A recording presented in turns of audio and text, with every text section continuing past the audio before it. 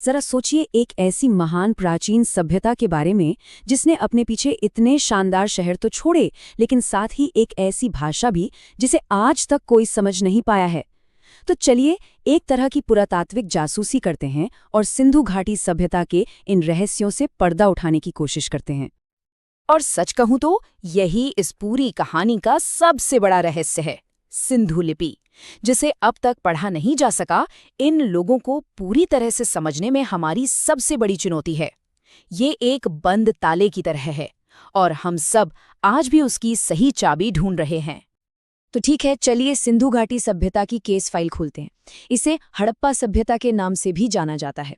ये करीब करीब 2600 से 1900 ईसा पूर्व के बीच फली फूली, और ये कोई ऐसी वैसी सभ्यता नहीं थी, बल्कि दुनिया की सबसे पुरानी शहरी सभ्यताओं में से एक थी। इसकी कहानी असल में शुरू होती है 1920 के दशक में, जब दो बड़े शहरों की खोज हुई। इन खोजों ने अचानक से एक पूरी की पूरी विशाल भूली बिसरी दुनिया हमारे सामने लाकर रख दी, जो हजारों सालों से बस जमीन के नीचे दबी हुई थी। और इसका फैलाव तो वाकई हैरान करने वाला है। जरा देखिए, उत्तर में जम्मू कश्मीर से लेकर दक्षिण में गुजरात तक, और पूर्व में उत्तर प्रदेश से लेकर पश्चिम में पाकिस्तान अफगानिस्तान की सीमा तक। मतलब हमारा ये जो क्राइम सीन है वो भारतीय उपमहाद्वीप के एक बहुत बड़े हिस्से में फैला हुआ है।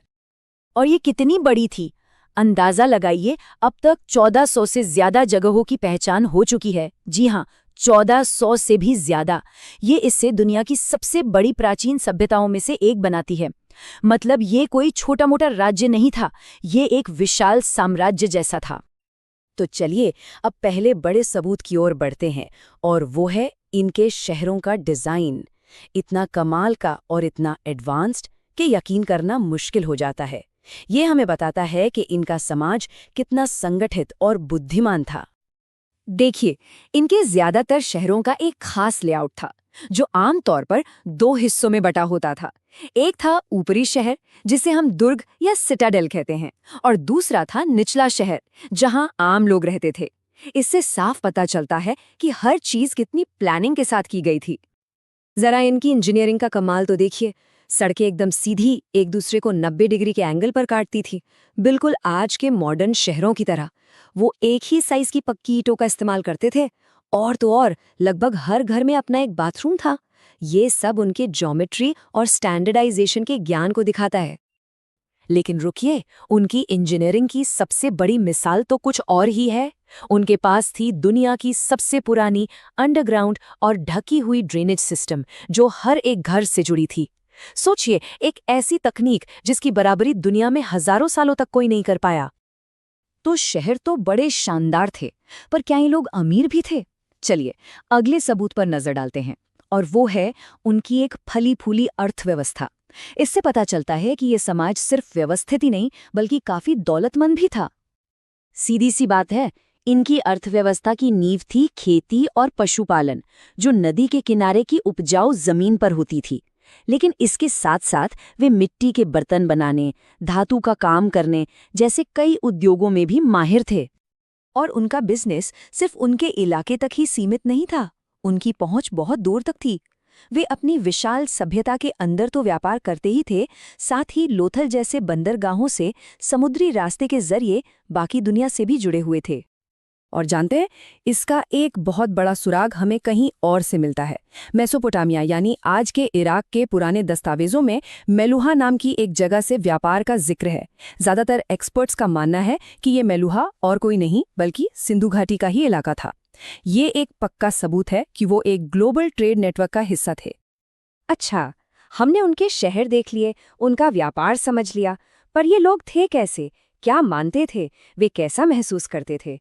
चलिए अब इनकी कला और विश्वासों की दुनिया में चलते हैं और इनकी कलाकृतियों से कुछ सुराग ढूंढते हैं। जैसे ये मशहूर कांस्य की मूर्ति, जिसे डांसिंग गर्ल कहते हैं। ये छोटी सी मूर्ति हमें बताती है कि वो धातु को पिघलाकर उसे आकार देने की कला में कितने माहिर थे। जरा देखिए, इसमें कितनी गति और कितना जीवन भरा है। और फिर ये देखिए, स्टेटाइट पत्थर की ये मूर्ति, जिसे प्रीस्ट किंग या पुरोहित राजा कहा जाता है। ये उनकी मूर्ति कला का एक और बेहतरीन नमूना है। चेहरे पर एक अजीब सी शांति और अधिकार का भाव है। लेकिन ये थे कौन? राजा थे? कोई पुजारी? ये आज भी एक रहस्य है।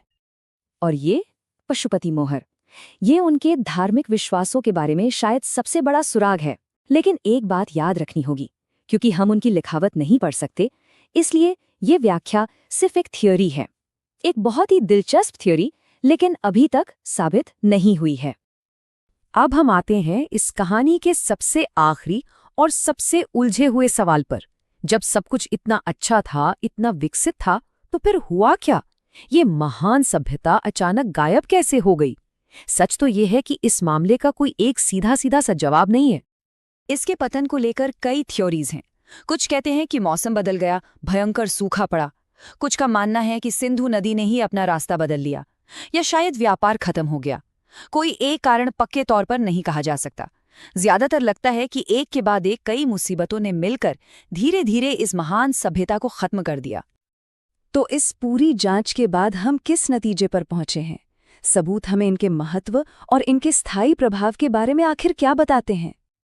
देखिए, सिंधु घाटी सभ्यता ने शहरी डिजाइन, साफ सफाई और व्यापार के जो नए तरीके अपनाए, उन्होंने भारत में आने वाले समाजों के लिए एक तरह से नींव रखी।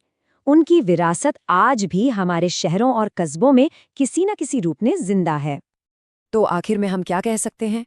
यही कि सिंधु घाटी कोई पिछड़ी हुई या आदिम संस्कृति नहीं थी, बल्कि ये 4000 साल पहले का एक बहुत ही एडवांस्ड, ऑर्गेनाइज्ड और वैज्ञानिक सोच वाला समाज था। वे अपने समय से बहुत बहुत आगे थे।